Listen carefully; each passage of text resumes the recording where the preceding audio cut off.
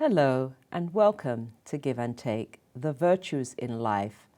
And today's topic is the spirit of Ubuntu. And some of you, before I move into the spirit of Ubuntu, I want to wish everyone a very happy 2020, most prosperous. As far as I'm concerned, we're still in January, so I can still say that. But also, I want to talk about, some of you knew last year, towards the end of last year, I went to France. I went to Brittany and I attended this wonderful workshop around the spirit of Ubuntu. And so we have the facilitator and director of the program that she did, the wonderful, I wouldn't call it a conference, it was a group of us that came together to talk about Ubuntu. And so she will introduce herself. And she's all the way in Brittany, France. So, welcome. Thank you. And good evening, because it's evening here in France. But good morning to you over there. Or Yes. Good afternoon. Good afternoon. Happy New Year to you all. And lovely to be on the show. Thank you very much for inviting me. So just tell us your name and what it is you do so that the viewers can hear the wonderful spirit of Ubuntu. Thank you. My name is Helen Sayers, and I've been connected with this word Ubuntu. It's been actually a passion of mine for many years. I'd say probably almost 20 years now. And it dates back from when I used to live and work in Africa, 3 years in Kenya, and then 3 years in Swaziland, which is almost surrounded by South Africa. And it was during that time of just over 6 years altogether that I experienced this wonderful sense of belonging, a sense of community, what I would call in France, la chaleur humaine. I love this term, but it means human warmth. Human warmth. Human warmth. Lovely. Warmth heart. And it was only after I left Swaziland and I came back to live in the UK, where I come from originally, that I started to hear this term, this word, Ubuntu. And I asked a friend of mine from South Africa, I said, well, what does that word mean? And he said, well, Helen, you used to live out there. Did you never hear about it? And I said, no, I can't remember. And when he started to describe the meaning of Ubuntu, it just rang all the bells in me, because there was something that kept pulling me back to Africa, to the continent. And I had already by then traveled to a number of other countries in Africa where I experienced the same sort of thing. And I can say it was an experience more than anything else. And then the word started to describe it, this lovely word, Ubuntu. And it was at that moment when this friend started to talk about and explain Ubuntu that I recognized what it was that pulled me back time and time again. And it was from then, in fact, at that time I was in Geneva and I was doing various projects with non-governmental organizations at the United Nations. And so I actually attended a very interesting world conference against racism in Durban in South Africa. And with a group of friends and colleagues, we put on a conference there. It was actually a round table, and it was called Ubuntu, a force for living together. And it attracted such crowd and such interest, and people from diverse cultures and backgrounds. And everyone unanimously was saying, yes, we had that in our communities. We had that. Our grandparents had that. We have that in our villages, but we're losing it. And so from that day, it became a passion for me to develop a training program based on Ubuntu so that I could help other people from different nationalities and different cultures to not only understand the philosophy, if you like, of Ubuntu in a theoretical way, but to feel and experience it. And that was the aim of our gathering in Brittany, that you just referred to invite a group of people together and to explore what Ubuntu really is for each of us as individuals, and then how we can relate that back in our communities, back where we belong, or back where we're going to from there. And I think it worked very well because we focused throughout those 3 days on experiencing Ubuntu through activities, through sharing. Yes, I certainly, I really latched onto it immediately because I was told about Ubuntu from,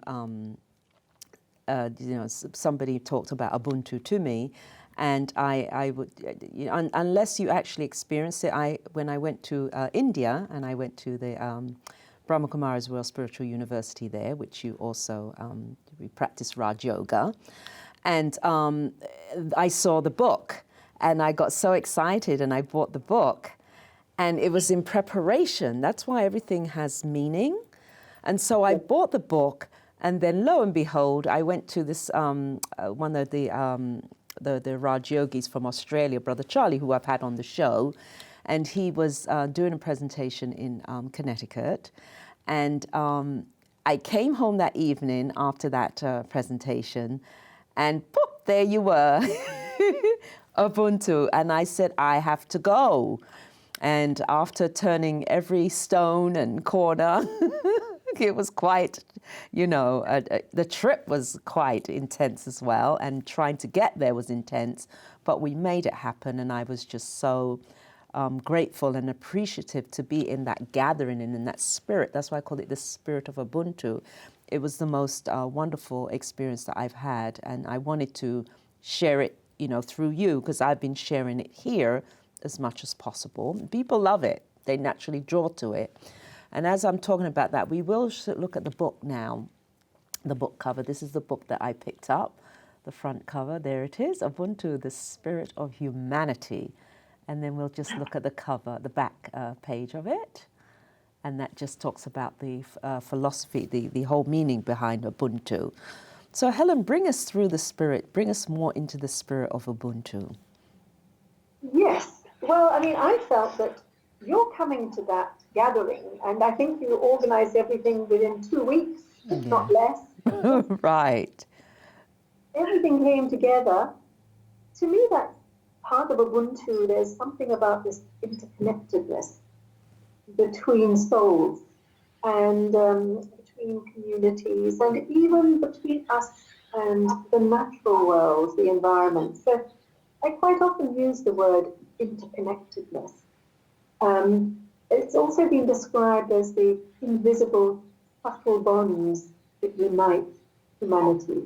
I love that as well, because in the world now we're falling apart in many ways. Families are falling apart, societies are falling apart, and we don't have to talk about the wars and other divisions practically everywhere in the world, and it seems that people will find almost any excuse to create a division. Correct. Whether it's nationality, culture, religion, etc. But behind all of that is this need and this natural force, I would say almost, but it's a gentle force that actually connects us all and connects us to the source as well. So this is why I have felt so passionate about it, because it's something that connects. And I have run workshops in different countries, different cultures, and recently I spent 9 years living in Oman, in the Muslim culture there, and I run quite a few Ubuntu workshops.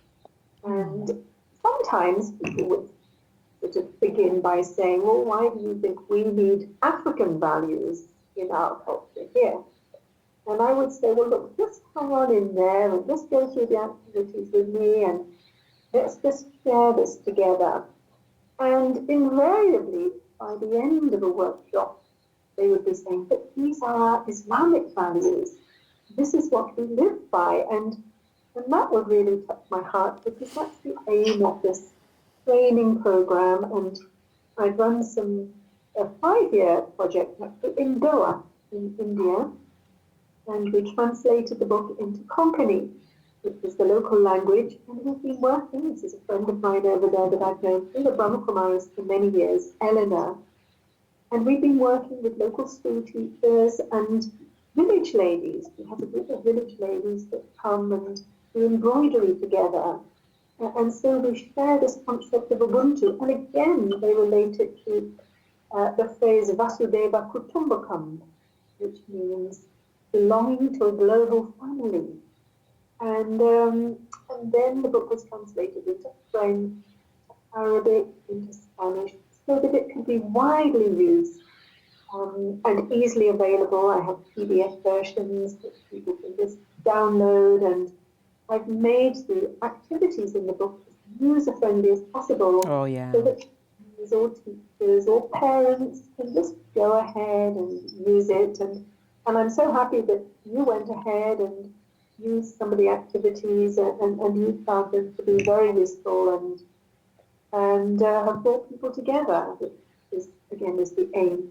Yeah, it's very beautiful. I've used some of the activities, and as I was sharing with you earlier, I have the opportunity to do a presentation with some young girls, school age, high school girls. I think, well, they might be middle school girls, and I'm going to be doing Ubuntu with them, because it just transcends. It's not an African thing. It's something that it transcends beyond gender, race, creed, whatever.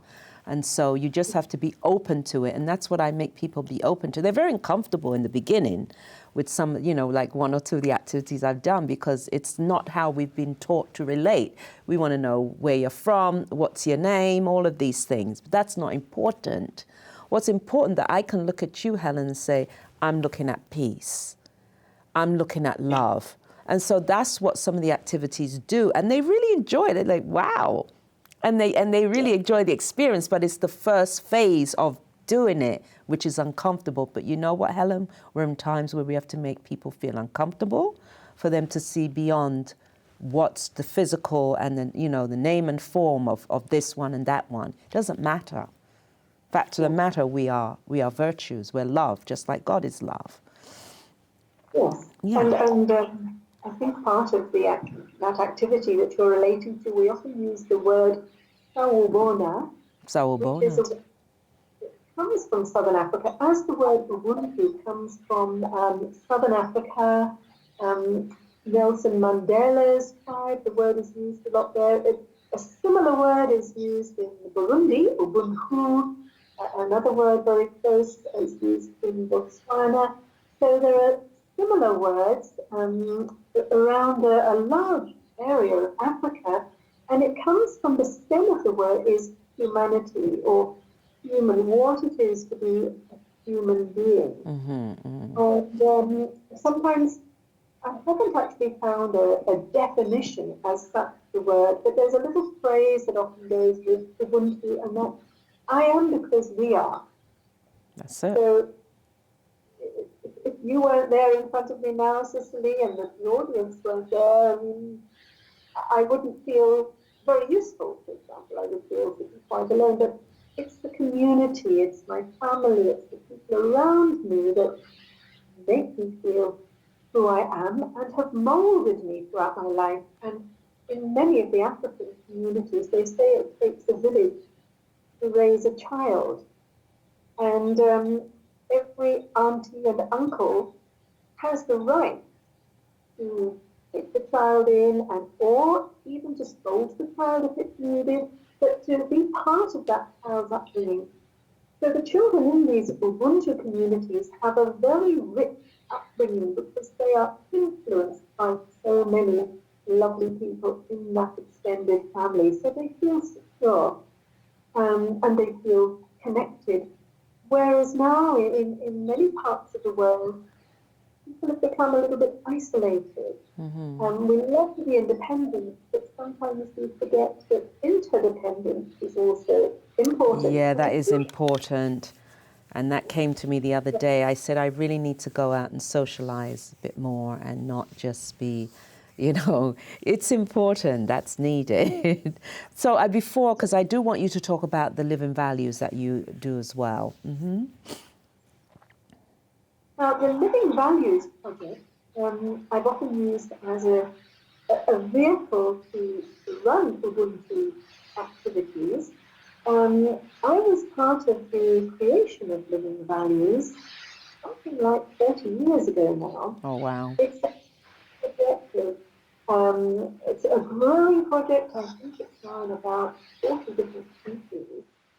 And it's about an approach to education that integrates values in a very natural way in any part of the curriculum or any activity or any lesson, if you like, with the school. And it also encourages a school ethos where the whole school becomes a community, a values-based community where there is respect and every child feels understood, valued, feels safe, feels loved.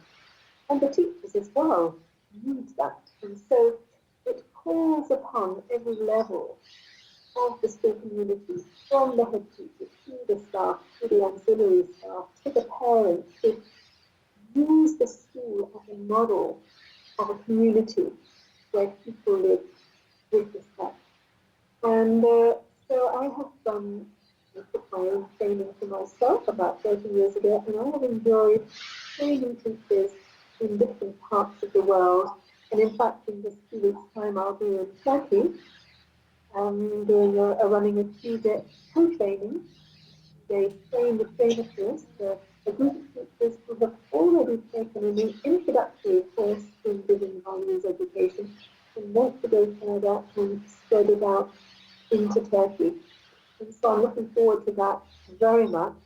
And a little bit like what I was explaining about Ubuntu being very universal, this Living Values education is about looking at what is universal in education, what system or what curriculum is being used in your country, but underneath all of that, what is the true meaning of education? And of course, it's to draw out the beauty of every soul. It's to discover these hidden talents. It's to help young people to develop confidence and to become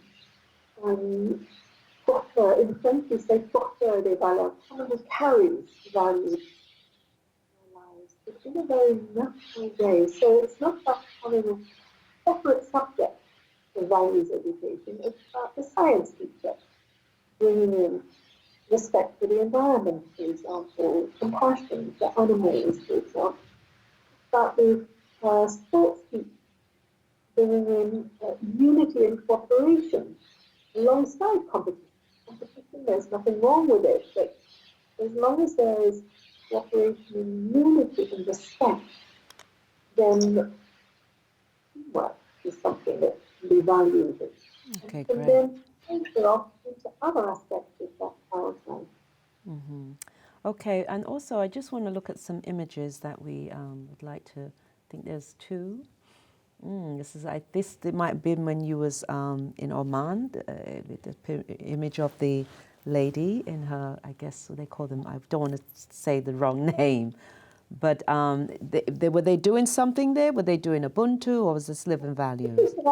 Yeah, where people meet and exchange and greet each other. They can use the word sawubona if they wish, or assalamu alaikum, but as they're just meeting each other, and perhaps these two people have met for the first time, they're not only talking what do you do, etc., but they're actually looking into each other's eyes, or if it's not appropriate in the culture to look very directly in someone's eyes, they're picking up the values that they see in that person. Yeah, it's And they beautiful. will take a card in their hand, and after they've just spent a minute relating to that person, they will write down on a person's piece of paper 2 or 3 qualities that they've just noticed in that person.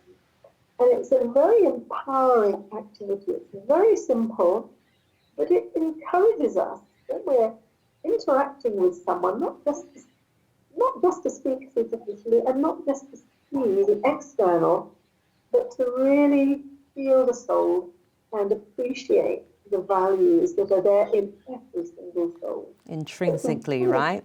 Intrinsically, right. So, yes, yes. So going beyond the name and form. and really, and it works like magic. Every time I do it, they're surprised, like, wow, this is amazing. And so it does work. It's not anything that, you're just doing as just an activity to do it. No, it works. I think we have another image. We have one more image. Oh, Ubuntu I am because we are. So that just shows a creative workshop for teachers, students, children, organization, and the general public. So it's just a visual like that, yes. And it's talking about the content of a standard workshop. So it just gives some visuals as the different cultures who are actually participating in these Ubuntu workshops. So it transcends to all kind of, souls of different backgrounds and stuff like that. So anything else you would like to share with the viewers, Helen? Yes, I'm now hoping to really help to develop this project, not only in Africa. I will be traveling to Africa this year, but also to really help develop it in my own community. In the town where I live, we created a little espace citoyen, it's called, which means a meeting place for the citizens. So it's a community centre. And we're bringing people together because it's been noticed that, again, as I was saying before, people tend to lead their individual lives and don't notice the wealth of the richness inside every individual in that village. And so this is an opportunity for bringing people together through workshops, through all sorts of different activities. So I'm bringing the Ubuntu into that, because now where I live, a lot of the refugees have now become part of the community, a lot of migrants. It's a very mixed community, whereas perhaps 50 years ago it would have been practically 100% local French people. So we're all having to adapt. The people who come from outside are having to adapt. They're having to learn the language, because that's a completely different culture. The local people are having to adapt to having new people, and perhaps feeling a little bit of the unknown and sometimes a little bit of feeling of fear. And so by creating this community space and running Ubuntu workshops, I'm hoping that it will help the community to gel together and enjoy meeting each other and to make the village really feel like a united community. So that's going to be part of the way I'm going to be using Ubuntu this year in my local community here in France. Great, fantastic. I'm just trying to think what else. So Helen, you are available to do workshops and trainings throughout the entire world, and so let's talk about how one would be able to reach you. How could they reach you? Email, if you can talk about that now, mention where you'll be able to reach. I'm only too happy to share with anyone. My email is my name, helensales@gmail.com. And you're most welcome to contact me, and I would be only too glad to see what we can do together. In fact, only just today I was talking with a wonderful person from Togo, who has been doing a lot of charity work with street children, and she has been helping in an orphanage. So she came along and we had a cup of tea together, and she would like to bring Ubuntu into her community in Togo. And of course, in Togo, Ubuntu already exists. It's Right. there. Right. It's the heart of the community, as it is anywhere in the world. But she would like a tool, she would like a project to go along with. So, like you, she came across the book, and she would like to develop something in Togo. And what I love about the dynamics of the project is it's just very open-ended. It goes off in different directions, and I used it in businesses in Oman. I was running Ubuntu courses for an oil company, and higher education students and their staff, their management team, as well as street children. So it cuts right across the community, and the activities in the book have been designed to be adapted.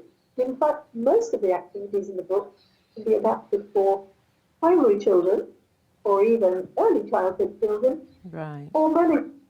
The same Right. activity but just adapted and used appropriately, customized is probably the word I'm looking for the target audience. Yeah, I And did. Yeah, I agree with you. I did it with a group, and one of the participants was a teacher. She absolutely loved it and said she was yes, going to do it with the children in her classroom. So, yes, it can be do. And another person, she just fell in love with the book. I want the book, she said. And so, it's because it really is like, that's why I call it the spirit of Ubuntu, yes, because you feel it. It's like, wow, this is amazing. And they just yes, got a tiny, tiny, not even a snapshot of the whole, the book and the different things you can do. But once you get that experience, you really feel and it transcends through you yes. and And I others. think that's what we're seeking, isn't it, in our lives? We all have our work and our daily activities, and sometimes there's a feeling, I'm talking about myself, that there's something missing.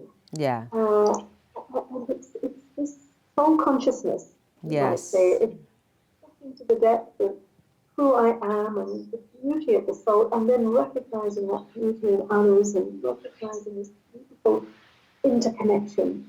And as I said at the beginning, this is so needed in the world now, and connecting with the environment. And I think if we don't do that, I can't see any future for our world. I think the world has reached the point, it's like a big pendulum that has swung, and it's reached the turning point now where it's out of balance and it needs to swing back. And I think we're not quite sure where we want to swing back to. Yes. But basically, swing back to the future, it's like swinging back to our roots, to what's real about us, what existed in our communities hundreds of years ago.